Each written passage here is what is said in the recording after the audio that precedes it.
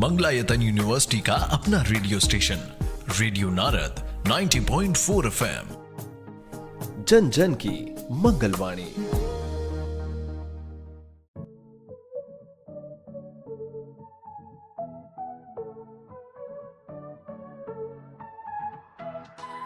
स्वागत है दोस्तों रेडियो नारद 90.4 FM से। मैं हूं आपके साथ आरजे याशी और प्रोग्राम शुरू हो गया है ज्ञान सागर, जिसमें हम आपके ज्ञान को करते हैं और भी ज्यादा उजागर। दोस्तों, आपने कभी सोचा है अगर एनवायरमेंट फ्रेंडली टेक्नोलॉजी हमारे बीच आ जाए तो, जिससे पर्यावरण पर भी कोई नुकसान ना पहुंचे और हमारे काम भी आसान हो जाए? जी हाँ, ये सब कुछ पॉसिबल है एक टेक्निकल टर्म ग्रीन कंप्यूटिंग यानी हरित संगणना के जरिए। ये क्या होता है, इसको कैसे इस्तेमाल में लाया जाता है, इस विषय पर आगे चर्चा करेंगे। लेकिन उससे पहले आपको बता दूं, दुनिया के विभिन्न आईटी संगठनों ने इस विषय पर गहरा अध्ययन किया है और ग्रीन कंप्यूटिंग प्रथाओं को अपनाना शुरू कर दिया है। और ये सब उनकी दिन प्रतिदिन की व्यावसायिक गतिविधियों का मुख्य हिस्सा भी बन चुका है। और तो और भारत में आईटी दिग्गज विप्रो ने ग्रीनवेयर नामक कंप्यूटिंग सिस्टम की अपनी पर्यावरण अनुकूल श्रृंखला पहले ही लॉन्च कर दी है। इसके अलावा सैमसंग, एप्पल और अन्य आईटी कंपनियों के पास भी अपने स्वयं के सफल रिसाइकलिंग कार्यक्रम हैं। आजकल की ग्लोबल वार्मिंग के बढ़ने का परिणाम तो हम सब देख ही रहे हैं, तो क्यों ना हम सब मिलकर छोटी छोटी चीजों से और अभी से इसे कंट्रोल करने की कोशिश करें। तो चलिए दोस्तों, आज हम जानेंगे ग्रीन कंप्यूटिंग के बारे में, और इसकी विस्तार से जानकारी देने के लिए आज हमारे साथ मौजूद है एक ऐसी शख्सियत जिनको तकनीकी के क्षेत्र में लगभग 16 साल हो चुके हैं, जो न सिर्फ अलीगढ़ बल्कि आगरा, गाजियाबाद जैसे शहरों में भी वर्किंग में रहे हैं। उनकी शिक्षा की मैं बात करूं तो उन्होंने बीटेक, एमटेक किया हुआ है और वह पीएचडी कर रहे हैं। दोस्तों, मैं बात कर रही हूँ मंगलायतन विश्वविद्यालय के डिपार्टमेंट ऑफ कंप्यूटर साइंस के assistant professor mister Himanshu Sharma ji की, जो इस वक्त हमारे साथ स्टूडियो में मौजूद हैं। तो दोस्तों, बिना देरी किए चलिए उनका स्वागत करते हैं। मिस्टर हिमांशु सर, आपका बहुत बहुत स्वागत है रेडियो नारद 90.4 FM में। थैंक यू याशी, मुझे अच्छा लगा कि यहाँ पे आपने मुझे इनवाइट किया है और आज ये प्रोग्राम मैं रिकॉर्ड करने वाला हूँ। आपके श्रोताओं को चाहता हूँ मैं कि कुछ अच्छी जानकारी प्रदान कर पाऊँ जी, जिससे उन्हें कुछ बेनिफिट हो या वो उसे भविष्य में अपना यूज कर पाए। Definitely sir. वैसे हिमांशु सर, कंप्यूटर टेक्नोलॉजी और टेक्निक्स जैसे शब्दों से तो लगभग हम सभी वाकिफ हैं, लेकिन अभी साधारण भाषा में अगर हम आपसे जानना चाहें कि ग्रीन कंप्यूटिंग का मतलब क्या होता है, वो बताएं। ग्रीन कंप्यूटिंग बेसिकली कंप्यूटर्स की अगर हम बात करें तो डेवलपमेंट बहुत लंबे टाइम से चल रहा है और कंप्यूटर क्षेत्र में हमने बहुत अच्छी अच्छी क्षमताओं को डेवलप किया है। कंप्यूटर के क्षेत्र में हमने बहुत अच्छी अच्छी क्षमताओं को डेवलप किया है। लेकिन कंप्यूटर इतना ज्यादा सारी दुनिया में फैल गया है अब कि इसके बढ़ने के साथ साथ हमें थोड़ा सा सचेत होने की जरूरत है कि ये पर्यावरण को अगर किसी तरह से नुकसानदेह साबित होता है और भविष्य में हम इसके आगे बढ़ने पे ही लगे रहते हैं अगर या बढ़ाते रहते हैं इसकी तकनीक को, तो ये कहीं ऐसा ना हो कि पर्यावरण को किसी तरह का हमें बाद में नुकसान साबित हो। तो पर्यावरण को संरक्षित करने के लिए और उसको अच्छा मेंटेन करने के लिए अनुसंधान की एक तकनीक है जिसको ग्रीन कंप्यूटिंग कहा जा रहा है, जिसमें इस चीज पर विचार करा जा रहा है कि कंप्यूटर पर्यावरण फ्रेंडली कैसे बने। तो बात करें अगर हम इसकी टेक्निक की, इसकी प्रोसेस की, किस तरह से हम ग्रीन कंप्यूटिंग के जरिए पर्यावरण को फ्रेंडली रख पाएंगे? ग्रीन कंप्यूटिंग के बारे में बात करा जाए तो अभी ये अनुसंधान की चीज है जी। सबसे पहले आईटी और कंप्यूटर का बहुत सारा यूज होता है। तो यूज होने के बाद में जब वो चीज आपकी पुरानी हो जाती है, उपयोगी नहीं रहती है, तो उसके बाद उसको कहीं ना कहीं कंज्यूम करना होता है या उसको कहीं ना कहीं खत्म करना होता है। तो उसके लिए एक टेक्निक होती है कि उसको रिसाइकल करना चाहिए हमें। और दूसरा कुछ चीजें हैं कि आजकल ऊर्जा की बड़ी उपयोगिता है, हर चीज ऊर्जा से चलती है और ऊर्जा के लिए हमारी अर्थ के रिसोर्सेज लगा करते हैं। जैसे कोयला और पानी और कई चीजों से ऊर्जा का उत्पादन होता है। तो ऊर्जा को भी अगर हम बचा सकते हैं तो ये भी एनवायरनमेंट को एक तरह की मददगार साबित चीज होगी। और ऊर्जा को हम अगर बचा सकते हैं तो ये ऊर्जा को बचाने के भी क्षेत्र में ग्रीन कंप्यूटिंग का कार्य होता है। अनुसंधान के सबसे पहले क्षेत्र में ऊर्जा को ही बचाने से इसकी शुरुआत अभी करी गई है। डेफिनेटली सर, इसी से जुड़ा मेरा अगला सवाल है कि अगर हम पर्पस या नीड की बात करें तो ग्रीन कंप्यूटिंग की जरूरत क्यों पड़ी? ग्रीन कंप्यूटिंग की जरूरत इसलिए है क्योंकि पर्यावरण और प्रकृति हमारी भगवान की दी हुई, ईश्वर की दी हुई हमारे लिए देन है, जो कि हमारी दुनिया को बेहतर बनाती है और कहीं ना कहीं सुंदर बनाती है।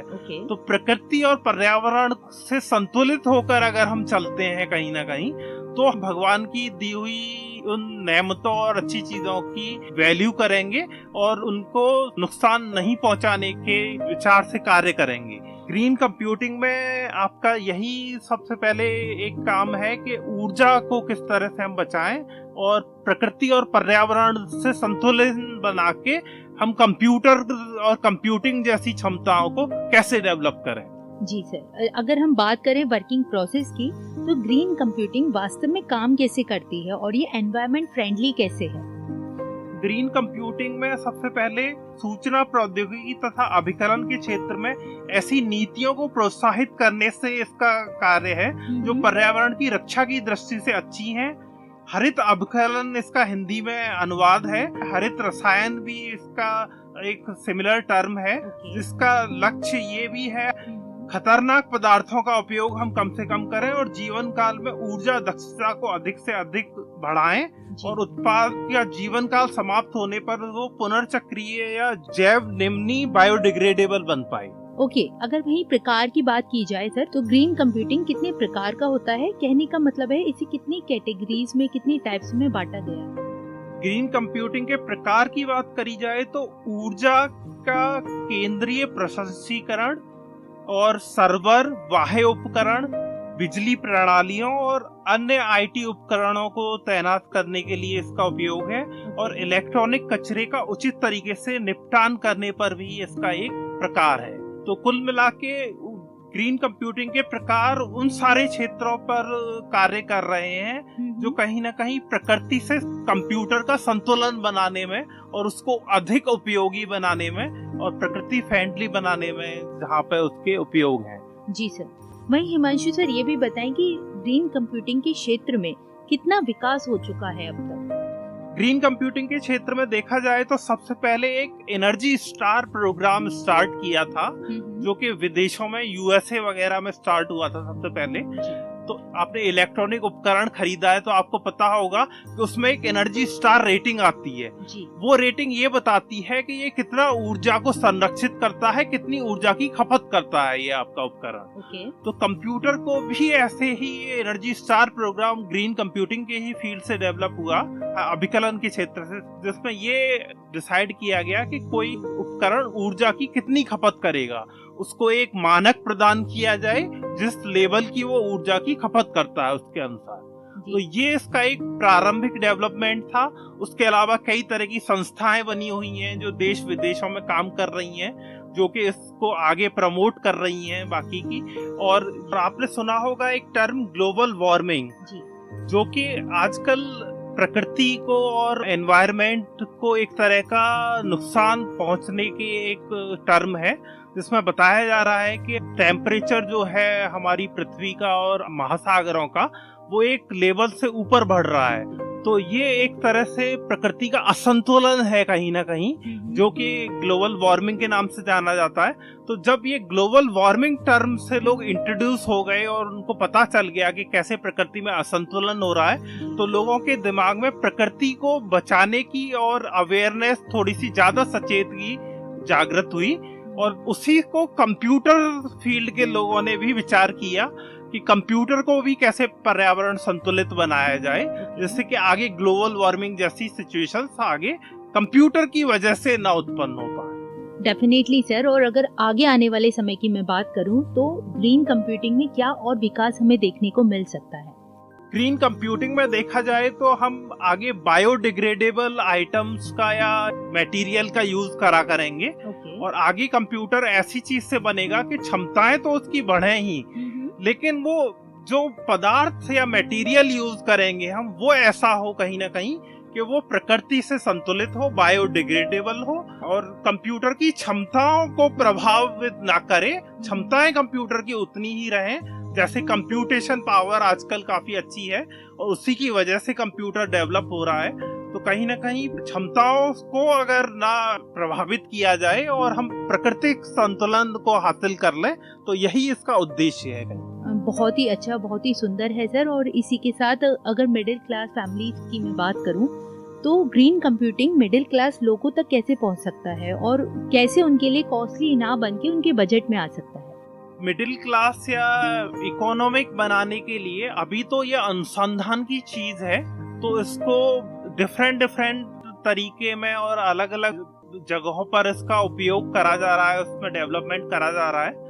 लेकिन आगे चल के ऐसी रिसर्च की और इनोवेशन की अभी यहाँ पे जरूरत है जो कि ऐसी चीजें या इस तरह का कोई तकनीक डेवलप कर पाए जिससे कि कंप्यूटर को कम बजट में या कम पैसे में हम और प्राकृतिक संतुलन को हासिल कर पाए। और अगर ऐसा कोई इन्वेंशन हो जाता है, अगर ऐसा कोई अनुसंधान होता है कहीं भविष्य में, तो वो एक रेवोल्यूशनरी इन्वेंशन होगा जो कि कंप्यूटर के क्षेत्र में बहुत बड़ा बदलाव लेके आएगा और ये आम लोगों की पहुंच तक भी बनेगा।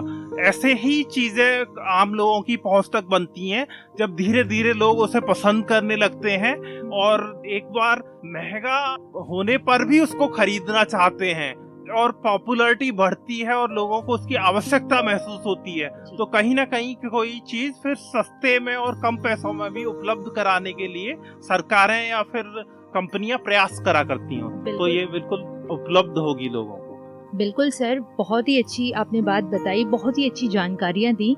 लेकिन जैसा कि हमारा आज का विषय है ग्रीन कंप्यूटिंग, अगर उसके विषय में एक संदेश की मैं बात करूं तो आज के विषय को ध्यान में रखते हुए आप हमारे श्रोताओं के लिए अपनी ओर से क्या संदेश देना चाहेंगे? यशी, मुझे अच्छा लगा। मैं एक ये संदेश देना चाहता हूँ आपकी श्रोताओं को कि कंप्यूटर मानव जाति के लिए एक बहुत ही महत्वपूर्ण और मददगार इन्वेंशन है।